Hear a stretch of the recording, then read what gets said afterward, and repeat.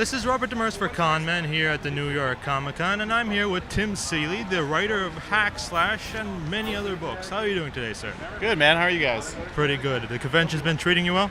Yeah, this is always a great show. The New Yorkers come out to buy stuff and talk and buy art, and they're great.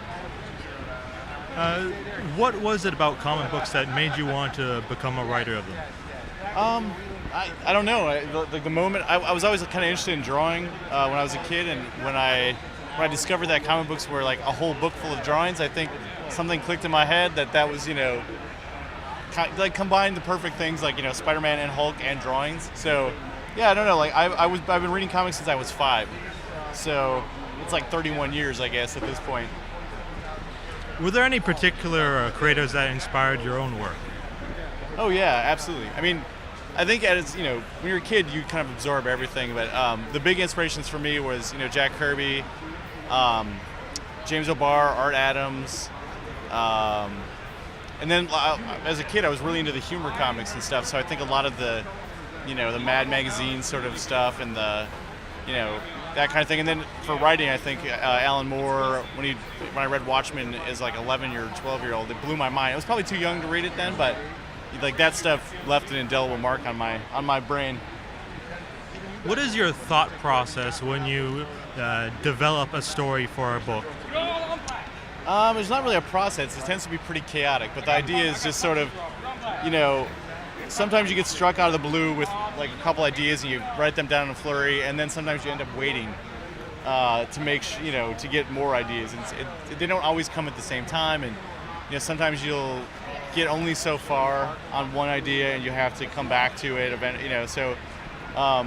but the ones that are worth investing in are the ones that all the ideas come at the same time. Well, Hack Slash has been well read by many, and many have enjoyed it. What were the origins of the beginning of how you developed decided to want to start it? Hack Slash just came from me wanting to do something that wasn't a superhero title. I wanted to do something horror, but I didn't want to do anything too I wanted to do something fun in horror. And I was a big fan of like B-movie slasher stuff when I was a kid. So I kind of was kicking around some ideas, and then on Halloween I was sick one time and I ended up watching entire marathons of all these slasher films, and then it occurred to me like, oh, they're all in the same universe. That's kind of how Hack Slash came about. I was like, these should all be there's a certain logic behind all of them together. So that was kind of the idea on it. Well, is there a point for like slasher movies and the gore that is in the book? Is there a limit? I mean, I have a limit. I like all kinds of horror, but I'm not a gore hound. I'm not that kind of horror fan. But I think as long as it's in service of the story, a lot of that stuff totally works. But there's some movies that or stuff that doesn't appeal to me just because it's. I don't ever go into anything just because it's gory, but I'm glad that some of that stuff really works for the story. So if it does, I have no problem with it. Or if it's funny. If it's so gory that it comes back around to funny, I'm into it. Here at the New York Comic Con, they announced there were going to be 2 new books coming from you. What's the big news? Well, the one I can talk about, I'm writing Batman Eternal. I'm one of the writers on that. It's a weekly book, so there's 5 writers on it. Scott Snyder is kind of the showrunner, kind of the boss man.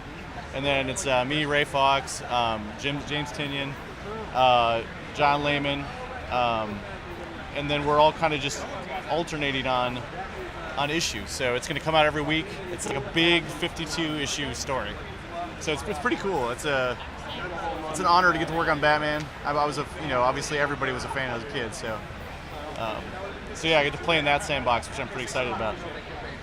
What do you think it's going to be like working with these other writers than working on your own book by yourself?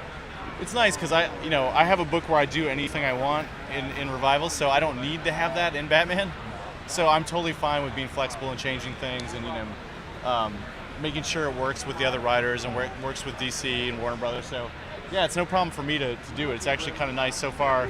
I think I'm well trained in dealing with having to turn on a dime because I do my own book. So yeah, it's been great. And what kind of direction can we look forward to see from this series? It's basically the whole Bat family. It's a Batman-centric book, but it's all the Bat universe characters, and it's one big, one big story from issue 1 all the way through 52. And it's kind of like you're unveiling little pieces of a puzzle as you go along. So we're going to be seeing a lot of varied characters for their storylines. Yeah, I mean it's everyone from Batgirl to Batwing to Red Robin, and the whole Bat universe gets pulled into it. Well, thank you very much for talking with us, and I think we can all look forward to the upcoming book. Thank you, sir. Good to talk to you.